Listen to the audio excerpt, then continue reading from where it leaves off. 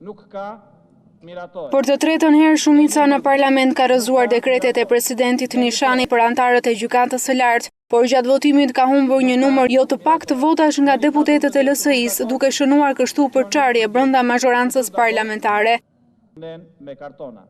I vetmi që kishte paralajmëruar mbështetje ndaj kandidaturave të Nishanit ishte Spartak Braho i LSI, të cilit kryeministri Edi Rama i tërhoqi vëmendjen edhe pak para votimit nominal. Procedurat e votimin të zërë vend në panelin përkatës për të zhvilluar procedurën e votimit. Por krahas Spartak Braos për kandidaturën e Sokol Ngresit u rreshtuan edhe deputetë të tjerë të kësaj force politike, Luan Rama, Shkëlqim Selami, Bujar Klogjuri dhe Luan Duzha. Në fund të seancës edhe socialisti Armando Subashi tha se kishte votuar pro. Të njëjtin qëndrim shprehu edhe i vetmi opozitar në sallë, Aqif Rakipi i PD-ju, ndërsa kreu i PBD-1 Vangel Dule abstenoi. 67 deputetë të tjerë në sallë votuan kundër.